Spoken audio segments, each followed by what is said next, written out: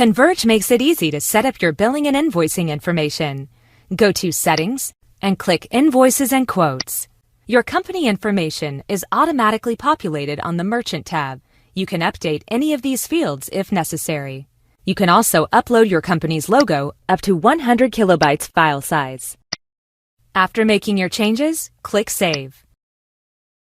Click the Invoice Quote Setup tab. Use the section on the right to customize your quotes and invoices. A preview of your changes displays on the left. You can use one of the themes to select the colors, or enter the hex color codes for your brand. You can select a different font from the drop-down list. To include a default tax rate on each invoice and quote, turn the default tax toggle on and enter the flat rate or percentage. To have your customers authenticate themselves before viewing an invoice or quote, which is highly recommended, turn the Customer Authentication toggle on and select 2 authentication methods from the drop-down list. If you enable this, when your customers click the link in the email, they're routed to a page where they enter the appropriate information to view the invoice or quote.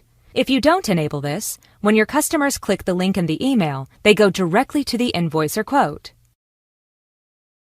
To set the invoice terms, enter the number of calendar days customers have to pay their invoice. If an invoice is not paid in this time frame, it shows as overdue in your reporting. You can also add custom terms to include in your invoices. To set the quote terms, select the checkbox and enter the number of calendar days for quotes to expire. When you're finished, click Save.